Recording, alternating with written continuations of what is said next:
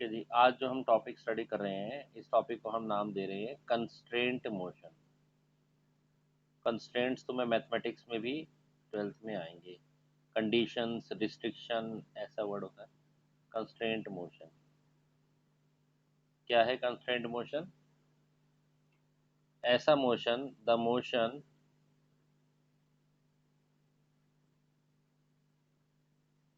In which the motion of one body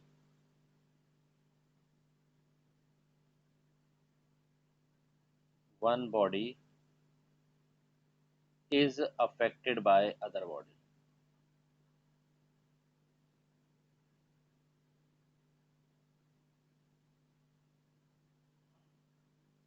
affected by other body. कोई भी ऐसा motion इसमें एक बॉडी का मोशन दूसरी बॉडी से अफेक्ट होता है, उनको हम बोलते हैं कंस्ट्रेंट मोशन। ठीक है, इसको आज हम शॉर्टकट मेथड से या ट्रिक्स के थ्रू करने वाले हैं। कंस्ट्रेंट मोशंस के लिए हमने पहले भी किए हैं, but today we are going to do this motion by shortcut method और ट्रिक्स। चाहे इसमें आपके स्ट्रिंग के, रॉड के, ये सब केसेस नॉर्मल वाले केसेस थे, करते हैं। ठीक है, अच्छा, हम जो इसमें लॉजिक लगा रहे हैं वो लॉजिक हम ये लगाएंगे कि इंटरनल फोर्सेस का work done by internal forces. जैसे टेंशन एक इंटरनल फोर्स है, ठीक है ना। ये एक आपने स्ट्रिंग बंधा हुआ है और इस पर टेंशन ऐसे काम कर रही है, तो जितना टेंशन राइट में लग रहा है उतना टेंशन लेफ्ट में लग रहा है, यानी कि टेंशन बैलेंस्ड हो गई। या हम ये जो लॉजिक करते हैं कि इंटरनल फोर्सेस का वर्क डन हमेशा जीरो रखता है, तो work done by internal forces, जैसे कि टेंशन का फोर्स हो गया, इंटरनल फोर्स है ना। इन एक्सटर्नल फोर्स वर्क कराता है, तो वर्क डन में इंटरनल फोर्सेस हमेशा क्या होता है? जीरो होता है। इस लॉजिक से हम इसको कर सकते हैं, ठीक है ना। चाहे वो टेंशन का फोर्स हो या कोई और फोर्स हो, टेंशन इंटरनल फोर्स में आता है तो टेंशन फोर्स का वर्क डन जीरो होगा। एक क्वेश्चन से समझते हैं, आपको क्लियर होगा। कंसेप्ट ये थोड़ा सा लगेगा, ठीक है। देखिए, क्वेश्चन हमने पहले भी किया था, जरा उससे समझते हैं। ये एक सपोर्ट है, अ, यहाँ पर एक स्ट्रिंग है, ये एक मूवेबल पुली है, इस पे स्ट्रिंग लगा हुआ है।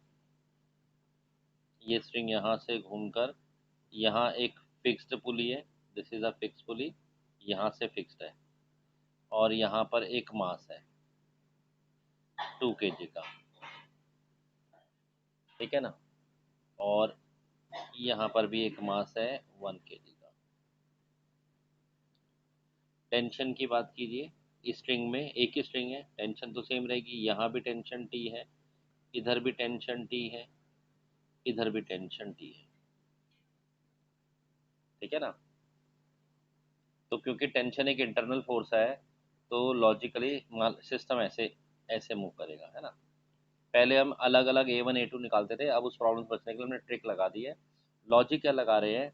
हम कह रहे हैं वर्क डन बाय कोई भी टेंशन इंटरनल फोर्स है, हमेशा जो total sum of work done या total work done by internal forces, जहाँ पर वो टेंशन फोर्स है, वो हमेशा होगा जीरो, ठीक है। किसी केस में वर्क डन बाय टोटल या टोटल वर्क डन, यानी कि समेशन ऑफ कोई टेंशन इनटू डिस्प्लेसमेंट होगा, वो जीरो होगा, ठीक है। ऐसे इसको ऐसा लिख लेते हैं। वर्क डन क्या होता है? Force into displacement. In case of tension force, मान लो टेंशन है T1 और डिस्प्लेसमेंट हुई मान लो x1, बॉडी x1 मूव करी। दूसरी टेंशन है T2, डिस्प्लेसमेंट हुई x2, पर ये टोटल हमेशा क्या होगा? जीरो। इंटरनल फोर्सेस का वर्क डन क्या होता है? जीरो। ये लॉजिक याद रखना है। इसको हम ऐसे लिख सकते हैं summation of tension into displacement equal to 0। अगर हम इसको क्या कहते हैं डिफ्रेंशिएट करें तो dx बाई dt वेलोसिटी होता है, तो समेशन ऑफ इसी का जब हम डिफ्रेंशिएशन करेंगे, या हम ऐसा भी लिख सकते हैं summation of tension force into velocity, वो भी 0 होगा। फिर इसका डिफ्रेंशिएट कर देंगे तो विद रिस्पेक्ट टू टाइम, तो d by d t acceleration होता है, तो all the summation sum of tension into acceleration वो भी 0 होगा। ओवरऑल मैं समझाना चाह रहा हूँ क्या इंटरनल फोर्सेस का जो वर्क डन होता है वो 0 होता है, आउट एक्सटर्नल फोर्स से वर्क डन होता है। ठीक है, इस लॉजिक से हम इसको क्वेश्चन को कर सकते हैं। करें कैसे, ये लॉजिक नोट कर लेना, ये नोट कर लो, मैं बता रहा हूँ। अभी अभी आप ये नोट कर लो समेशन ऑफ, अभी मैं समझा दूंगा एग्जांपल से। ये 3 फॉर्मूलाज नोट कर लो आप। वर्क डन होता है force into displacement, internal force body को मूव नहीं कराते हैं, या यूं कह दो कैंसिल आउट हो जाते हैं। ठीक है ना, अगर कोई बॉडी रखी हुई है तो उस पर इंटरनल फोर्स एक दूसरे को कैंसिल कर देते हैं, तो उनका नेटवर्क हमेशा क्या होता है 0। तो टी टेंशन एक फोर्स को रिप्रेजेंट कर रहा है, इनटू डिस्प्लेसमेंट एक्स डिस्प्लेसमेंट है, और इसका जब समेशन करेंगे T1 x1 T2 x2 तो 0 हो जाएगा। क्वेश्चन में अप्लाई करते हैं, समझ में आ जाएगा।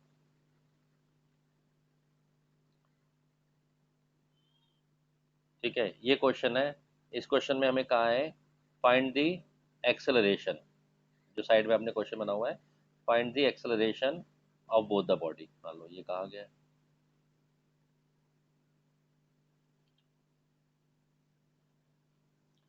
ठीक है, तो सुनिए, जैसे मैंने कहा टेंशन की बात करिए, देखिए पुली नंबर जो मूवेबल पुली है इस पर देखिए टेंशन कैसे लग रही है।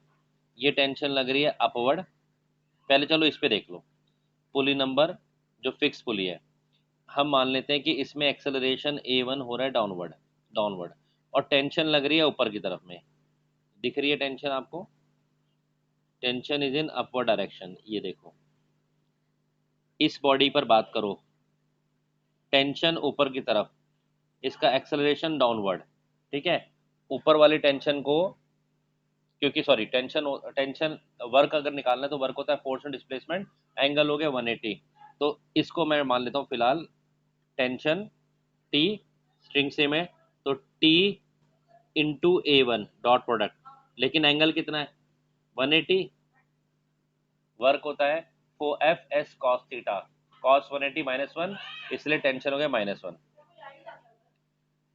ठीक है, प्लस दूसरी पुली पर आओ, इस पर कौन से फोर्स लग रहे हैं 2T, 2T ऊपर, जब ये बॉडी नीचे जाएगी तो ये बॉडी ऊपर आएगी, यानी कि डिस्प्लेसमेंट और फोर्स सेम डायरेक्शन में। वर्क डन होता है फोर्स इनटू डिस्प्लेसमेंट, फोर्स लगा 2T, इसका डिस्प्लेसमेंट हुआ, चाहे आप एक्सेलरेशन मैंने बताया ना summation of t into x ले लो, summation into t into v ले लो, summation of t into a ले लो, तो 2T into A2 is equal to 0। देखिए ये पॉइंट आया, work done by internal forces हमेशा क्या होता है 0 होता है, तो हमने लॉजिक लगाया summation of t into displacement की जगह एक्सेलरेशन ले लो, एक ही बात 0 है, एक ही बात है 0 ही होगा। तो जो 2 kg वाली बॉडी है उस पर फोर्स लग रहा है ऊपर की तरफ, टेंशन टी माना, और उसका डिस्प्लेसमेंट या एक्सेलरेशन डाउनवर्ड है, तो इसीलिए हमने उसको नेगेटिव से लिया है। और लॉजिक हमें पता है इंटरनल फोर्सेस का वर्क क्या होता है, हमेशा 0 होता है। ध्रुव कुछ बात क्लियर हो गई यहाँ तक की?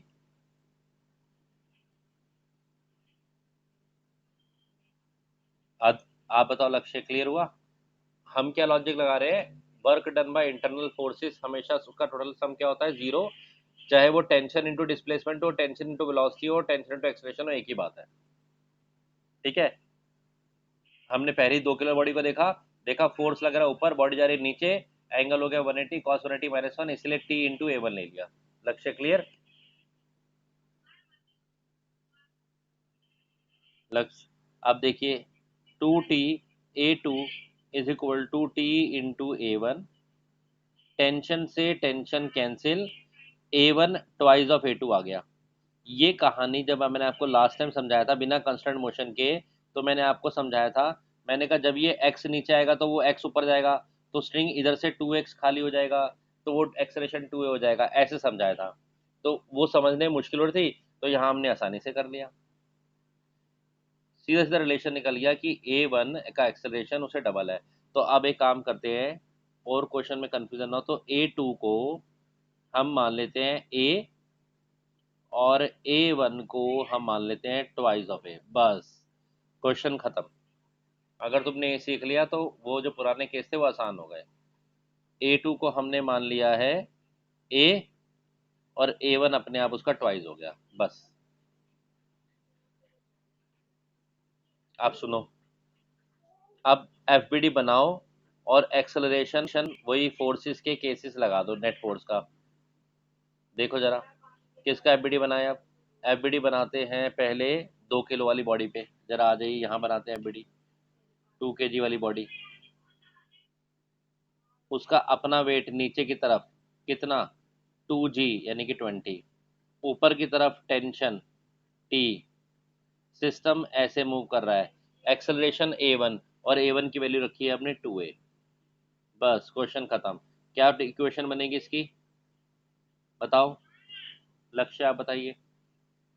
20 - t is equal to m into a. m कितना है इसका मास, 2 kg, कितना हो गया 4a। 20 - t is equal to 4a, बोलो ठीक। सारा पंगा ना एक्सेलरेशन का था, कि यार उसका एक्सेलरेशन कितना, उसका कितना, उसको हमने कंस्ट्रेंट मोशन के लॉजिक से क्या सॉल्व कर दिया।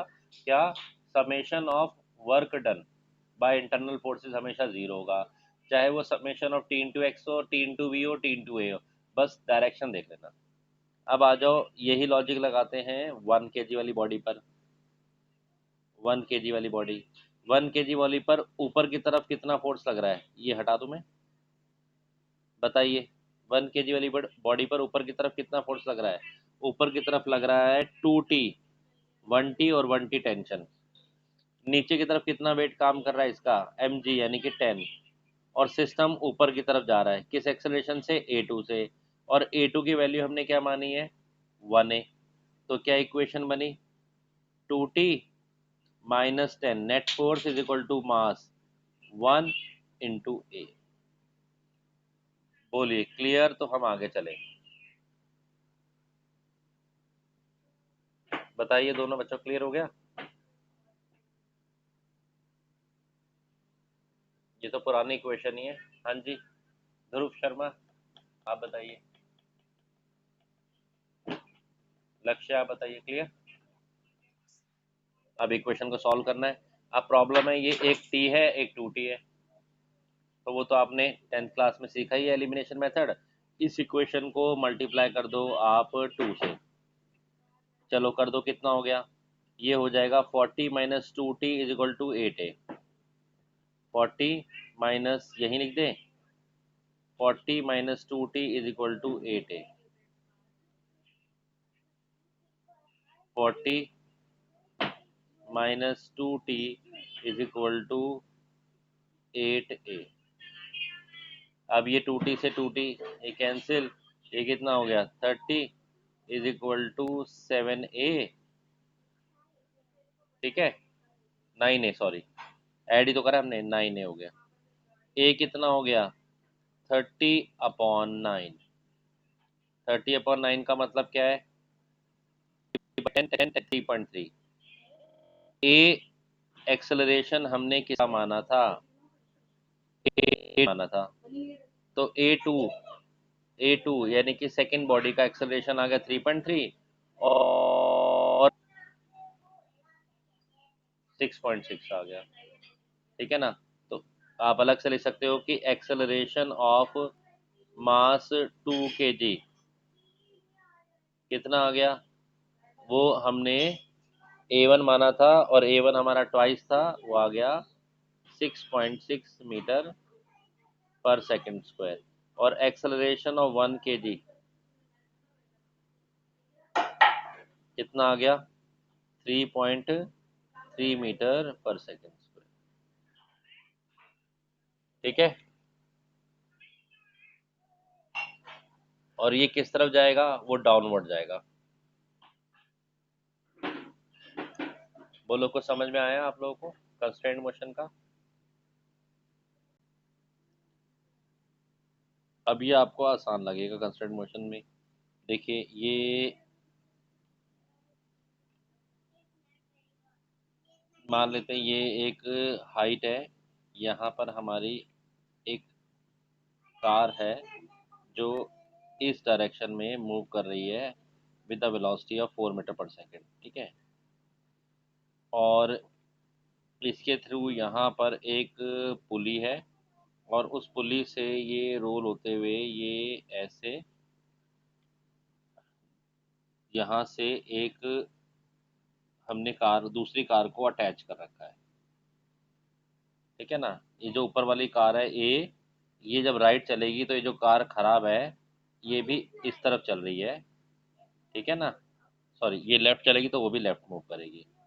और ये जो स्ट्रिंग है ये इसके साथ जो एंगल बना रहा है हॉरिजॉन्टल के साथ, अगर थोड़ा सा और देख लें ऐसे, ये 37 डिग्री का एंगल बना रहा है। आपसे पूछा है ये बी कार की वेलोसिटी निकाल दो। ए की वेलोसिटी गिवन है और बी की वेलोसिटी निकाल दो। क्वेश्चन समझ में आ गया?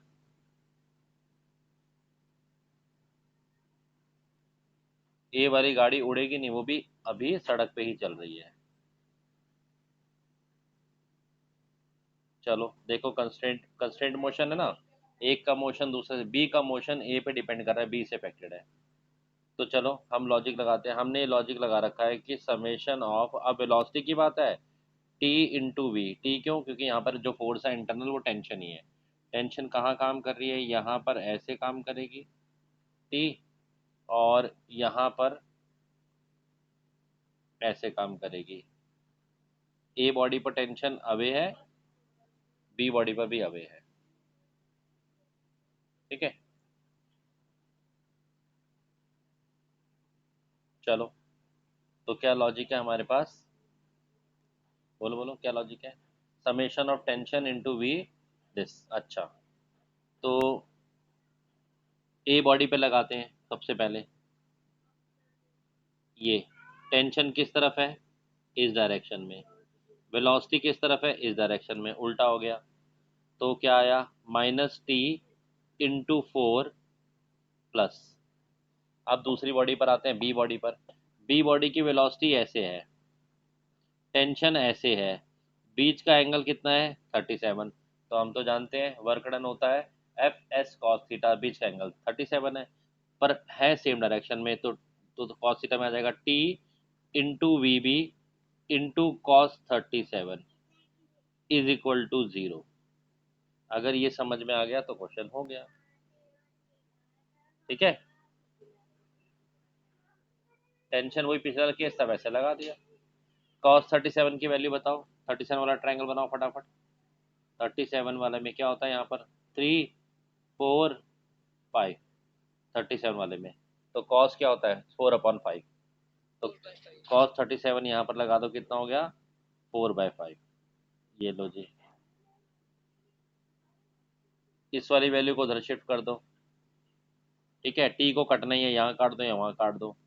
तो क्या आया? VB 4/5 is equal to +4। 4 से 4 कैंसिल, और ये 5 उधर चला जाएगा, तो velocity of second is 5 metre